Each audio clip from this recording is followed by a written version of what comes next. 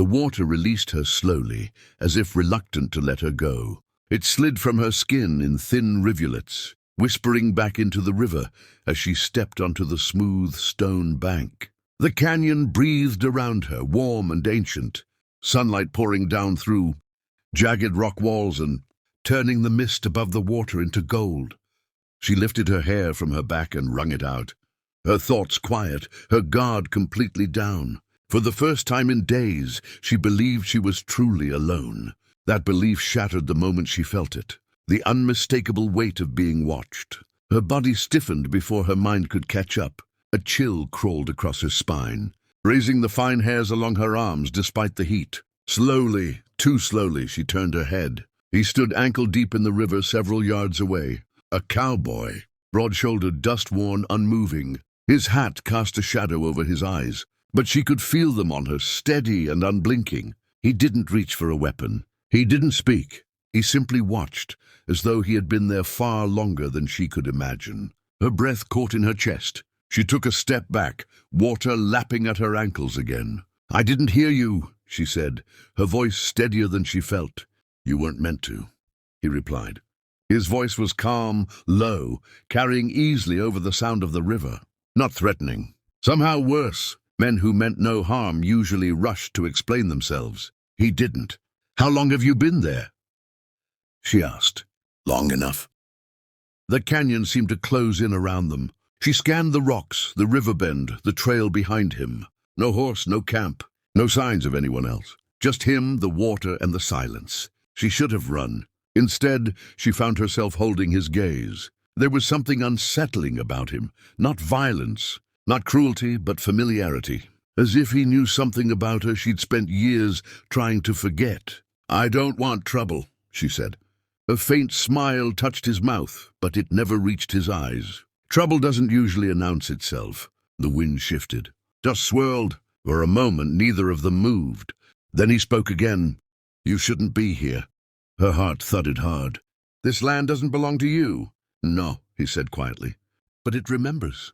That was when she saw it, the scar along his jaw, pale against sun-darkened skin, old, deep, the kind left by a blade. She turned away first. Every instinct screamed at her to leave. Yet another part of her, the part that had brought her into the desert in the first place, held her there. "I came here to disappear," she said. He nodded once. "So did I." The river flowed between them, carrying secrets neither was ready to speak aloud. And somewhere in the canyon, something watched them both. If this story pulled you in already, make sure you subscribe now. You won't want to miss what comes next. They walked in silence along the riverbank, the space between them cautious but unbroken. She didn't know why she trusted him enough to follow, only that turning back felt worse than moving forward. The canyon opened wider ahead, revealing a narrow trail carved into the rock. "That path leads nowhere," she said. "It leads where it needs to," he answered. She studied his back as he climbed. The way he moved like someone who belonged to this land, like someone who had learned every hard lesson the desert could teach. "You talk like a man running from something." He stopped. For a long moment she thought she'd said too much. Then he spoke without turning. "I talk like a man who stayed too long." That answer settled heavily in her chest.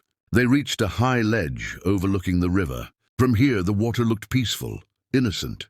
Lies often did from a distance. He finally faced her. The sunlight caught his eyes now, sharp, haunted, searching. "People don't come here by accident," he said. "What are you really hiding from?" She swallowed. The truth pressed against her ribs, desperate to escape. "A past that refuses to stay buried." His jaw tightened. "This land doesn't bury things. It brings them back." The wind rose, carrying with it a sound that didn't belong. Footsteps, voices, men. Her pulse spiked. "Someone's following us." "I know," he said. "How long?" "Since the river." Her stomach dropped. "You led them to me?" "No," he said firmly. "You led them to yourself."